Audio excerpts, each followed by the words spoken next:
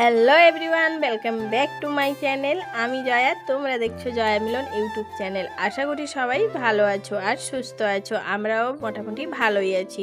তো আমার নতুন একটা ব্লগ ভিডিও তোমাদের সবাইকে স্বাগত। বড়দের প্রণাম, ছোটদের বুক ভরা ভালোবাসা দিয়ে আজকের ভিডিওটা শুরু করলাম। দেখো বন্ধুরা, সকাল সকাল স্নান টান করে পুজো টুজো দিয়ে সোজা চলে এসেছি রান্নার কাছে। এদিকে দেখতে পাচ্ছ ভাতের চালটাও ধুয়ে ছেড়ে দিলাম আমি, আর এদিকে বসে গেলাম রান্না বান্নার জন্য, সমস্ত মশলাপাতি করার জন্য। তো ভিডিওটা স্কিপ না করে পুরো দেখতে থাকবে, আশা করি তোমাদের খুবই ভালো লাগবে। তো আজকে কী রান্না করবো সেটা কিন্তু তোমাদের এখনও আমি বলবো না, বা তার থাম্বনেল দেখে তোমরা হয়তো বুঝতেই পেরে গেছো। তাও বলে দিলাম আজকে হবে কাঁকড়া কষা হবে, আর হবে চিংড়ি মাছের মাথার বড়া হবে। তো দুটোই দারুণ রেসিপি, একদম তোমরা যদি না খেয়ে থাকো আমার রেসিপিটা দেখে রান্না করে দেখবে, দারুণ লাগে, দুর্দান্ত খেতে হয়। আমাদের বাড়িতে সবাই এই রেসিপি দুটোই পছন্দ করে, তো আশা করি তোমাদেরও ভালো লাগবে। তো ভিডিওটা স্কিপ না করে পুরো দেখতে থাকো। তো এদিকে দেখো বন্ধুরা, আমি এখানে মশলা বলতে আলু কেটে নিলাম, যেহেতু কাঁকড়া কষা করব আলু কেটে দিয়েছি, আর এদিকে পেঁয়াজও কেটে নিয়েছি, আর এদিকে আদা রসুনটা আমি পরিমাণ মতো ছাড়িয়ে নেব। যেহেতু আমি চিংড়ি মাছের মাথার বড়া করব, ওতেও রসুন আর আদা অল্প দিতে হবে, তার জন্য দুটো মশলার জন্যই আমি দুটো একসাথেই মশলা বের করে নিয়েছি, আদা আর রসুন। আর কাঁকড়া কষার জন্য একটা টমেটো, বেশ বড় সাইজের একটা টমেটো কেটে নিলাম। আর যে কোনো তরকারিতে না আমার টমেটো না দিলে একদমই চলেই না, তার জন্য একটা বেশ বড় সাইজের টমেটো নিয়ে নিয়েছি। তো বন্ধুরা দেখো কি নিয়ে এসে আজকে তোমার দাদা ভাই, তোমার দেখলে আমি গেল ভেঙে কি নিয়ে এসে। দেখো কত বড় বড় কাঁকড়া, অনেকদিন কাঁকড়া খাওয়া হয়নি, তাই তোমার দাদা ভাই গিয়ে, আর এগুলো সোনাকনিয়া হাটেই পাওয়া যায়, তো ওখান থেকে গিয়ে নিয়ে এসছে কাঁকড়াগুলো, কত বড় বড় সাইজের। মানে যা টেস্ট হবে না, তো আমি সমস্ত মশলা টসলা করে রেখেছি, সেটা বড় বড় সাইজের কাঁকড়া আছে। হ্যাঁ, টেস্ট হবে, এটা দারুণ টেস্ট হবে। তো এগুলো পরিষ্কার করে নিয়ে আসো তোমার দাদা ভাই, আমি আর যাবো না, ওই পরিষ্কার করবে, তারপরে দেখাচ্ছি। আর এদিকে দেখো বন্ধুরা, চিংড়ি মাছের মাথা। তো যেহেতু আগের দিন তোমার দাদা ভাই চিংড়ি মাছ নিয়েছিল, তো চিংড়ি মাছ খাওয়া হয়ে গেছে, কিন্তু মাথাগুলো আমি ভালো করে ধুয়ে পরিষ্কার করে রেখে দিয়েছিলাম, তো আজকে ওটা দিয়েই বড়া হবে। তো এদিকে পেঁয়াজ, তারপর 4টে মতো লঙ্কা নিয়েছি, আদা আর রসুন। তো আমাদের পরিমাণ মতো যে যতটা ঝাল খাও ততটা ঝাল দেবে, যদি আমার বাড়িতে একটু ঝাল খাই তাই 4টে মতো লঙ্কা দিলাম আমি। আর এদিকে দেখো সমস্ত মাছের মানে চিংড়ি মাছের মাথা, আর এদিকে তোমার পেঁয়াজ, আদা রসুন লঙ্কা সমস্ত দিয়ে এখন ভালো করে মিক্সিতে বেটে নেব। তার মধ্যে আমার ভাত হয়ে গেছে, তাই জন্য ভাতের মাঠটাও গড়িয়ে নিলাম। তাই এদিকে দেখো বন্ধুরা, কড়াইয়ে তেল দিয়ে আলুটাও ভাজা বসিয়ে দিয়েছি। ওদিকে আমার মাছের মাথা, মানে চিংড়ি মাছের মাথাটা বাটা হয়ে গেছে, তো তোমাদের দেখাবো, দাঁড়াও। তো এই নুন হলুদ দিয়ে ভালো করে লাল লাল করে আলুগুলো আমি বেশ ভালো করে ভেজে নিলাম, যেহেতু কাঁকড়াই দেবো তার জন্য একটু লাল লাল করে বেশ ভালো করেই ভাজলাম আলুগুলো আমি। তো এই যে দেখতে পাচ্ছ, তো সব কটা আলু ভাজা হয়ে গেছে, এখন তুলে নিচ্ছি। আর যেহেতু বড়া করবো তার জন্য একটু তেলটা একটু বেশি দিয়েছি।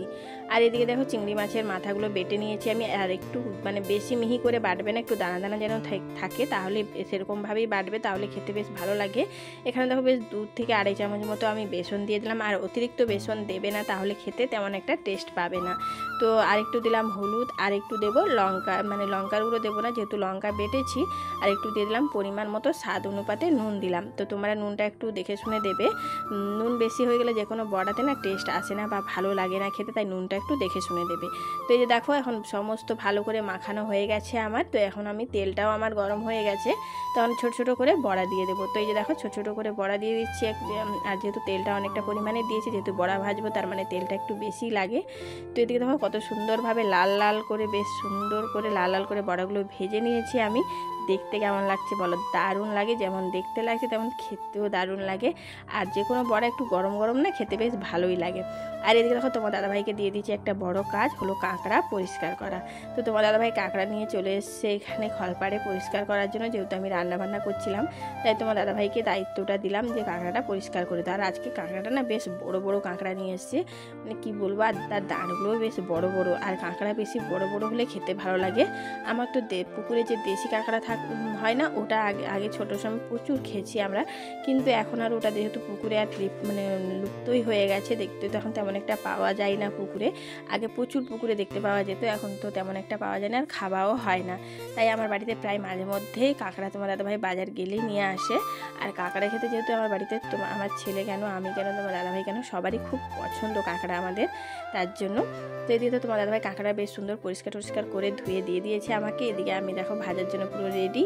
এখন কাঁকড়াতে একটু নুন হলুদ ভালো করে মাখিয়ে নিচ্ছি, দিয়ে তেলে তারপর একটু ভেজে নেবো আমি কাঁকড়াগুলো, তারপরে রান্না করব। আর অনেক সময় কাঁচাও রান্না করা যায়, কিন্তু আমি কাঁচা রান্না করি না, যেহেতু আমি পারি না খেতে। তার জন্য। তো এই যে দেখো কাঁকড়াগুলো এক এক করে তেলে দিয়ে দিচ্ছি আমি। এখন ভালো করে কাঁকড়াগুলো আগে ভেজে নেবো আমি। তো এই যে দেখো কাঁকড়াগুলো বেশ ভালো করে ভাজা হয়ে গেছে আমার। এখন শুধু তার দাঁড়গুলো মানে হাত পাগুলো থেকে গেছে ভাজা করতে। তো এর হাত পাগুলো এখন ভেজে নেবো। তো এই যে দেখতে পাচ্ছ কতগুলো হাত পা দেখো বেরিয়েছে, মানে কাঁকড়ার দাঁড়গুলো বেরিয়েছে।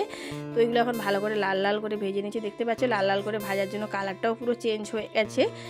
আগে অন্যরকম লাগছিল, এখন ভাজার পর দেখো পুরো লাল লাল হয়ে গেছে। তো কড়াই আর একটু তেল দিয়ে দিলাম আমি, দিয়ে এখন দিয়ে দিলাম পেঁয়াজ কুচি। তো পেঁয়াজ কুচিটা দিয়ে এখন দিয়ে দেবো বাটা মশলা, আদা রসুন লঙ্কা টমেটো দিয়ে ভালো করে এখন মশলাটাকে কষিয়ে নেব। তো এই যে দেখো কষানো হয়ে গেছে। এখন পরিমাণ মতো গুঁড়ো মশলা দেব, যেমন নুন হলুদ লঙ্কার গুঁড়ো, আর একটু দেব চিকেন মশলা। যেহেতু কাঁকড়া রান্না করব তো মাংসের মতো পুরো রান্না করব, তার জন্য একটু চিকেন মশলা দেবো, তাহলে খেতে বেশ ভালোই লাগবে।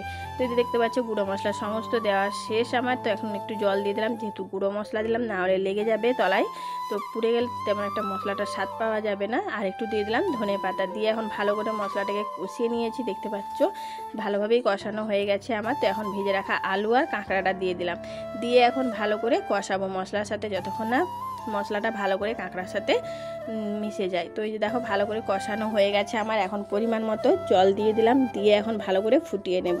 তো এই যে দেখো কাঁকড়া কষাটা পুরো আমার রেডি। এখন দিয়ে দিলাম গরম মশলা আর দিলাম একটু উপর থেকে ধনিয়া পাতা। ধনিয়া পাতাটা দিলে একটু বেশ ভালো লাগে দেখতে, আর সেন্টটাও বেশ ভালো বেরিয়ে আসে তার জন্য। তো আমার পুরোপুরি কাঁকড়া কষা রেডি। তো এই যে দেখতে পাচ্ছ তেমন একটা ঝোল করিনি আমি, আর কাঁকড়াটা বেশি ঝোল করলে খেতে তেমন একটা ভালোও লাগে না। তো এই যে দেখতে পাচ্ছ রান্নাবান্না কমপ্লিট আর খাওয়ার জন্য আমরা রেডি। তো চলো খেয়ে নিই। তো বন্ধুরা আজকে সবার ফেভারিট খাবার হয়েছে কাঁকড়া কষা। কাঁকড়া কষা অনেকদিন পরে মানে একটু বড় বড় সাইজের কাঁকড়া পেয়েছি আজকে, তো নিয়ে এসেছিলাম। তো দাঁড়গুলো দেখো কত বড় বড়, সত্যি মানে এত বড় কি বলবো। আর এটা হচ্ছে সেই চিংড়ি মাছের মাথার পড়া, বেসন দিয়ে করেছে। এই দিয়ে আজকে খাবার হবে, খাওয়া যাক আজকে কাঁকড়াটা কেমন টেস্ট হয়েছে। আর আমাদের এদিকে তো বৃষ্টি, রোদ বৃষ্টি এই চলছে। ভালো লাগে, কিন্তু আজকে রান্নাটা কেমন হয়েছে কেমন খেতে দেখি।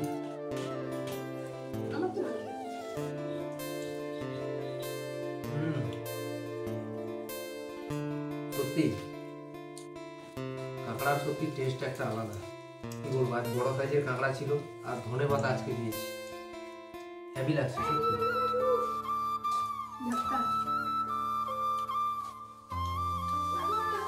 এটা হচ্ছে সেই বড়া,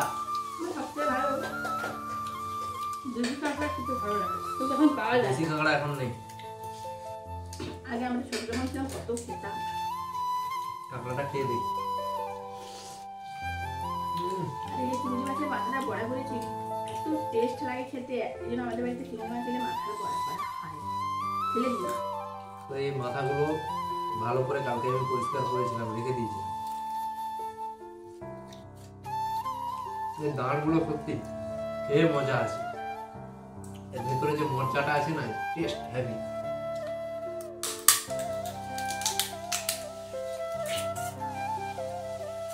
তো বন্ধুরা দেখো খাওয়া দাওয়া কমপ্লিট করে এঁঠো বাসনগুলো নিয়ে চলে এসেছি পুকুর পাড়ে। যেহেতু পুকুরে ঘাট নেই তাই এভাবেই আমাকে বাসনগুলো ধুয়ে নিতে হয়, যেহেতু কলপাড়ে প্রচণ্ড ভিড় তাই।